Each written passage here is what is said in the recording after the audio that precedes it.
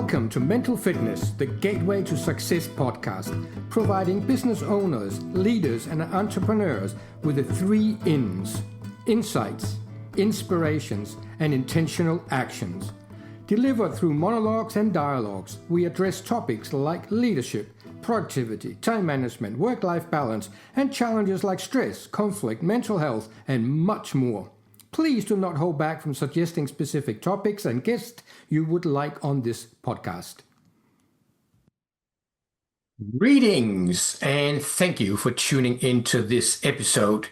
This is the second episode in a little mini-series I want to do within this podcast on time management. And in this episode, we're going to look at 7 myths about time management that create challenges for a lot of us.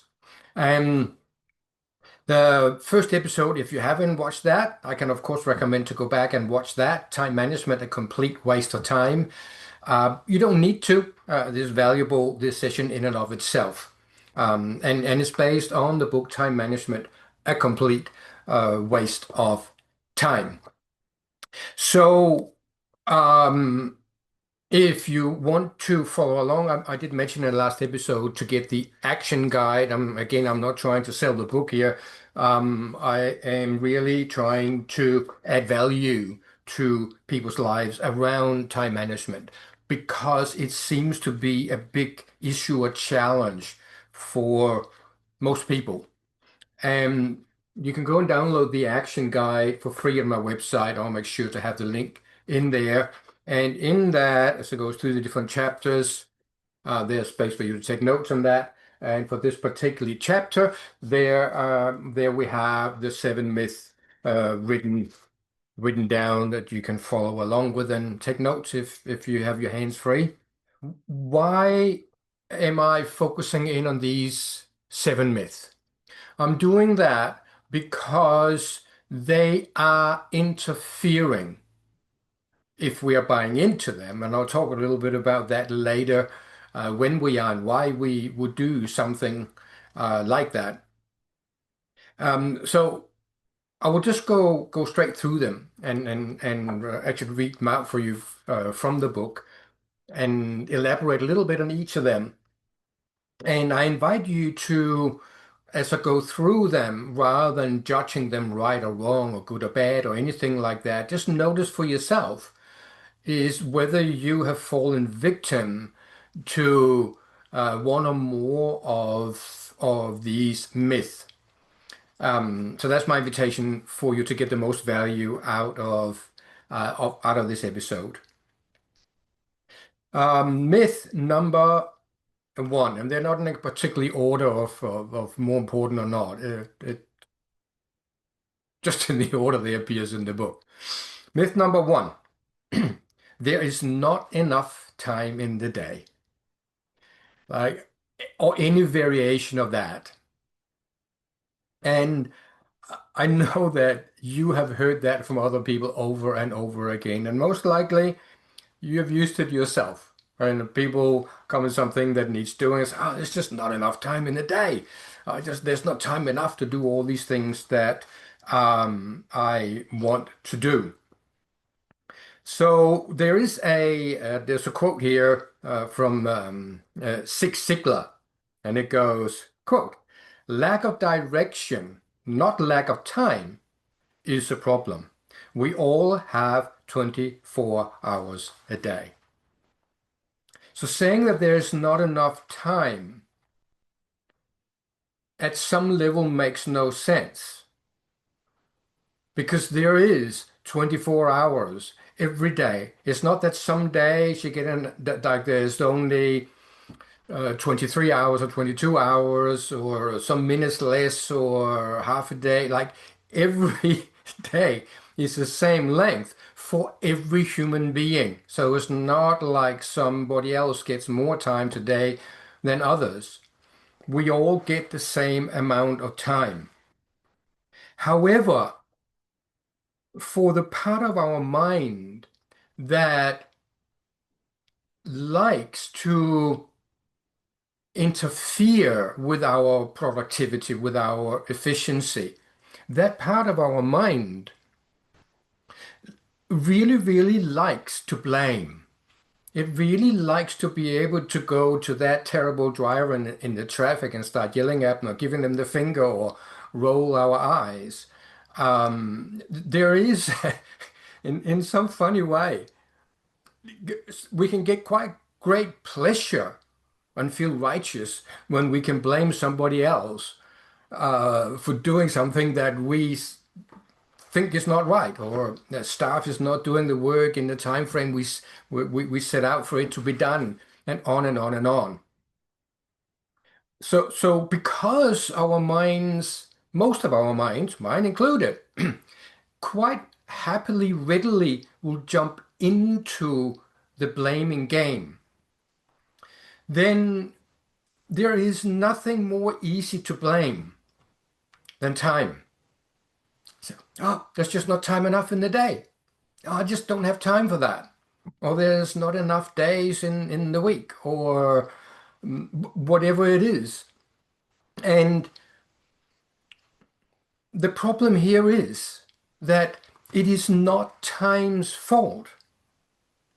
As Zig says, it's not the lack of time that is the problem, it's a lack of direction.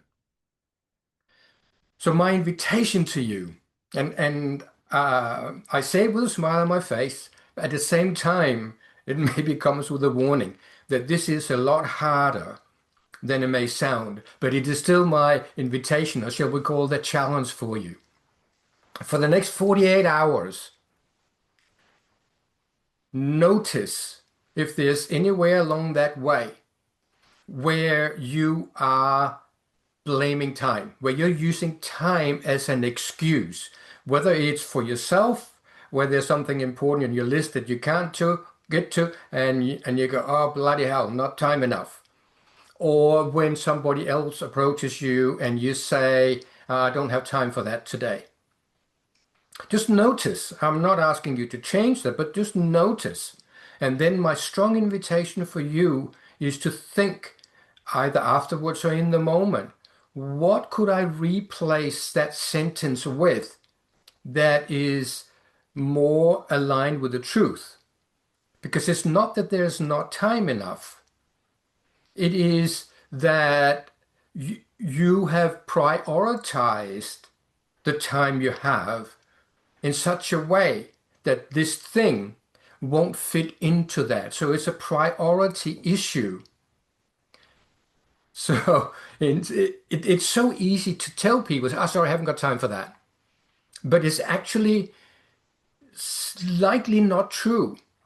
Really what it is, and I'm not suggesting for you to say that, but really what it is, if you could say that to people that, well, thank you, I would love to do that, but because of my priorities today, what you're asking me to do is lower on the priority than other things. So therefore, I'm going to attend to the other things first, and if there's any space left over, I will attend to yours.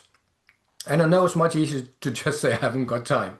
I just encourage you to at least in your own mind find a different language that is aligned with the truth of it, which is that whatever you're saying no to, whether somebody else or yourself, it is because it has lower priority in your mind for whatever reason, not about right or wrong. Just an invitation. All right, moving along. Myth number two, time is your biggest asset. No, it is not. And I hear this over and over and over again. It is not time that is your biggest asset. The way I put it here is that your clear, stress-free mind is one of your biggest assets. And even bigger than that is a combination of your heart and mind working in total harmony with each other. In other words, you are the asset, not time. And seeing that hopefully inspires you to go, okay, so the focus needs to be here on me, not on time. Because as I said in the last episode, is that you can't actually manage time anyway. All you can manage is you. And the better space and place you are in, the better you can manage you in the way you show up in these 24 hours you have a day. There's a quote here from an unknown that goes like this. It is not the time you put in, it's what you put in the time. I think I'm going to do that one more time. I like it so much. Quote, it's not the time you put in, it's what you put in the time. End quote. Myth number three, you can manage time. And yes, I covered that in the previous episode in some detail. I'll just read out here what it says here. No, time itself is constant. What you can manage are your tasks and priorities within that time. And here's Brian Tracy, a quote from him. There is never enough time to do everything, but there is always enough time to do the most important thing. And that then comes back to the same thing again. It is really all about self-management, not time management. Because the reality is that there will always be more things that you could do and want to do that you have time for. Just like there will always be more things you could buy than you can afford, no matter how much money you have. So it's the same with time. And since we cannot add more time into the day, we can't expand the day to 26 or 30 hours, then there will always be a limit. So people say, oh, if I could just have a couple of more hours a day. Well, trust me, if you got 2 more hours every day, it will only take you a couple of days before you run out of time again. Yeah. It's not time's fault. It's not about time. It's about your own priorities of yourself and what it is you choose to say yes to and what you choose to say no to. Out of that long list of all these things you want to do in your life, all of which you can't fit in. So you have to make some choices along the way, particularly if you're a business owner and entrepreneur and you're spending a significant amount of time building and growing and leading your business or businesses.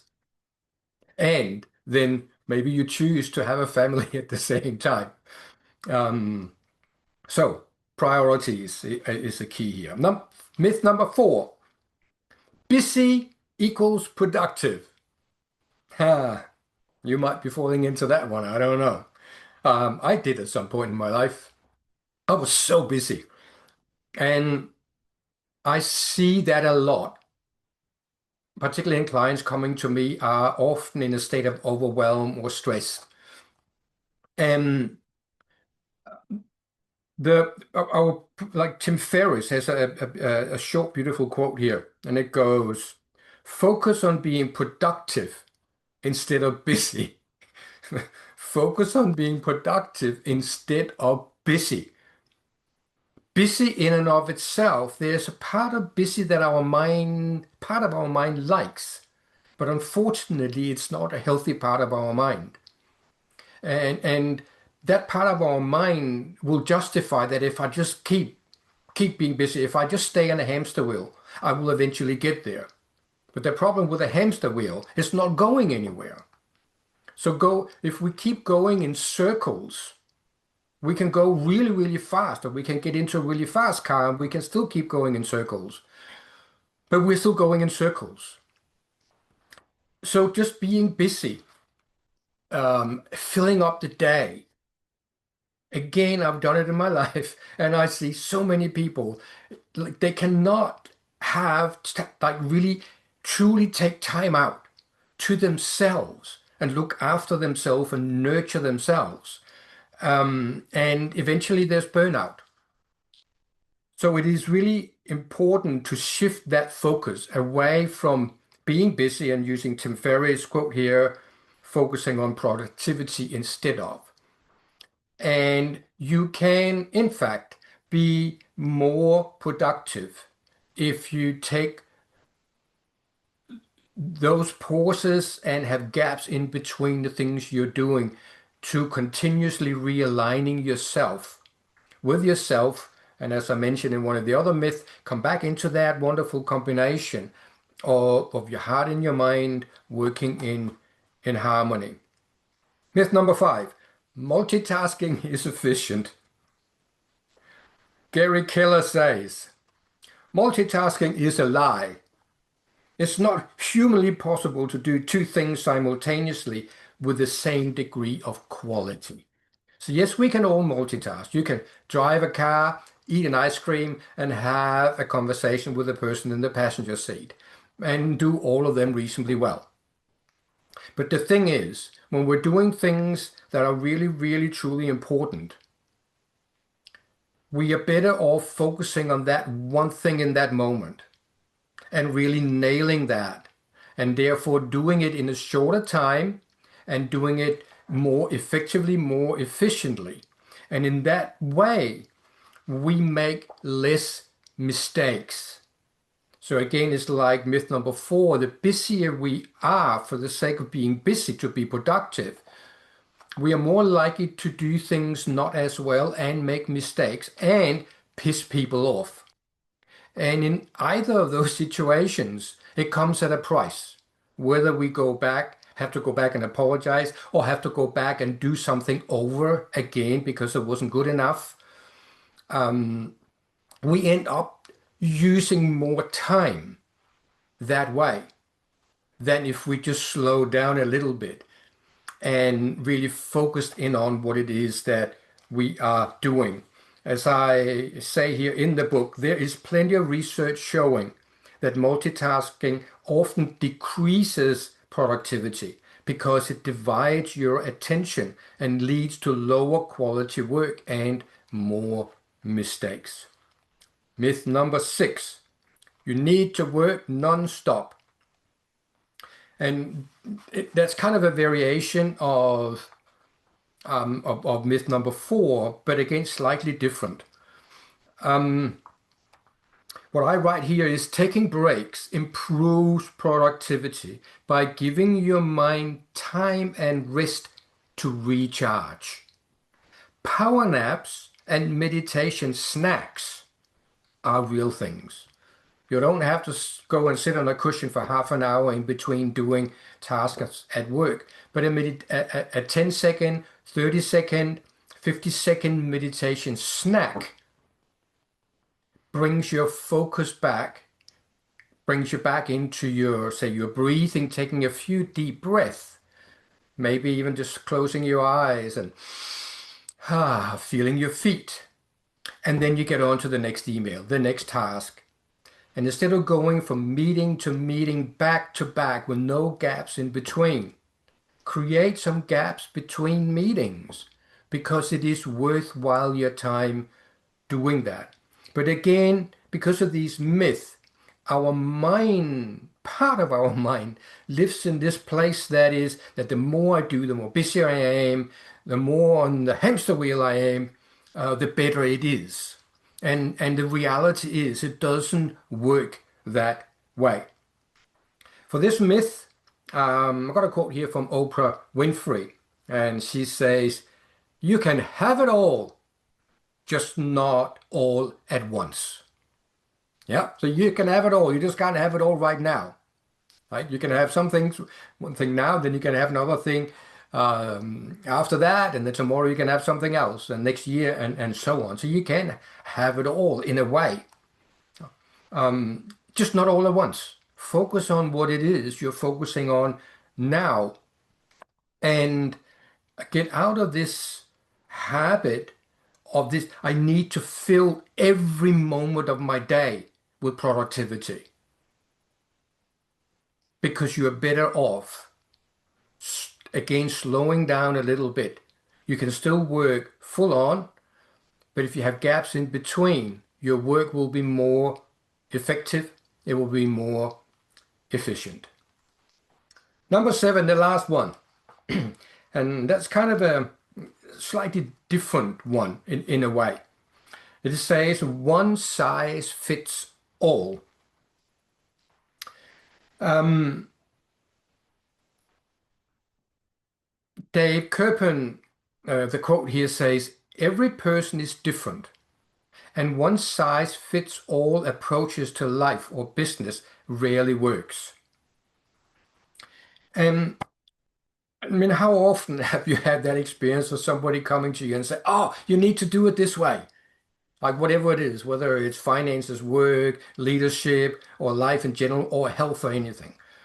Um, and the reason they are so excited about that is because it worked for them. And many people think, oh, if it works for me, then it's going to work for everybody else. And the reality is, it doesn't. And there are many, many reasons I'm not going to go into here why that is so. But some of the key ones are we have a different set of experiences, a different background. And therefore, what one person can do and do successfully, another person can't do in the same way because they don't have the same background or skill set or personality. So we also have an introvert and an extrovert. If an extrovert comes to me, who I'm an introvert, and tells me, "Oh, if you want to do this and this, you just do this, this, and that," and they are living in that extroverted world and that extroverted frequency that is natural and easy for them, but it's not natural and easy for me. So it is not likely to work. And I experienced that in a big way when my first business sunk into the ground because I was completely burned out. And somebody had me do a test in which I saw my combination of introverted and extroverted, the sensory and the intuitive frequencies. And that really opened my mind. And it became clear to me that a lot of the people I took inspiration from were people that were completely different profiles to me. And I was trying to do it their way, and it will not work. You can force yourself, but it can work for a little while, but you end up burned out and experience a lot of tension and stress in the process because it is not your nature. You are far better, and that's what I learned back in those days, 17, 18 years ago, before I started this business I'm currently in, was to stop doing that, which is not my nature, and then hire or pay other people to do that which is not my strength, but is needed to grow my business. And then stick to that, which I am naturally good at, because when we do that, we are in a state of ease. We are in a state of flow. So that's really what that myth number 7 is about, is that take advice from other people, take advice from me. But as I will say to all my clients, don't do it my way. Sometimes my way will work for you, most of the times it won't. It is about you finding the way that works for you. Now, to finish this episode, just one more note here. Um, in the book, the heading of that chapter says the biggest and most profound problem with these myths. So I want to finish with that. And I'll read a line straight, one line here from the book. If you are not in charge of them, they are in charge of you. And that's the nature of a myth.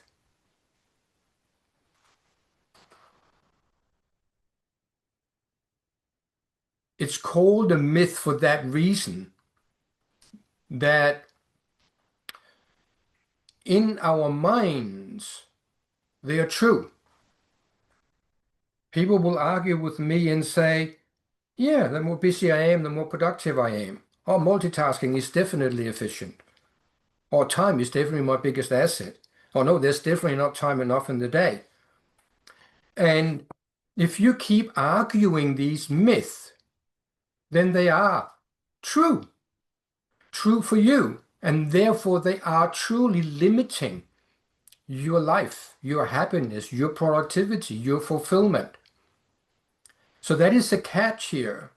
And the reason I have them in this book and in this podcast today, because the more you can recognize which of these myths that your mind has bought into through its conditioning, where other people keep saying, oh, time is your biggest asset. Oh, no, there's definitely not time enough in the day.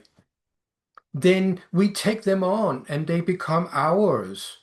Just like all other beliefs we inherit from the culture and the people around us. So my invitation for you, again, download that guide to have it there as a reminder.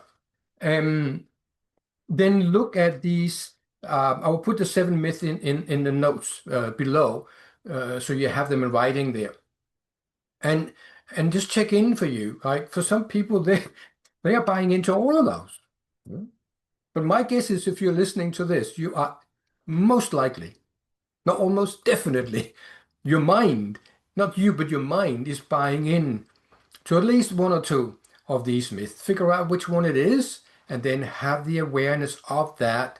And then when that shows up in your life, recognize it, take a deep breath, and then let it go and find the truth that is really there behind that. With that, thank you for tuning into this episode. I hope it was of value for you with these 7 myths of time management. And any questions or observations around this, please do put some comments in or get in touch with me if you want to dive deeper into any of this. Thank you for tuning in to this episode of Mental Fitness, the Gateway to Success. If you have stories of how mental fitness has benefited you that you are happy to share, go to my website, mikael.nz, click on podcast and fill in the guest application form. If you want direct support from me utilizing my 40 years of mental fitness learning and practice, email me at coach@mikael.nz or message me on LinkedIn. Any feedback, review, share, follow, like, or any other good stuff is, of course, appreciated. Thank you for listening to Mental Fitness, the Gateway to Success podcast. I'm your host, Mikael Nielsen.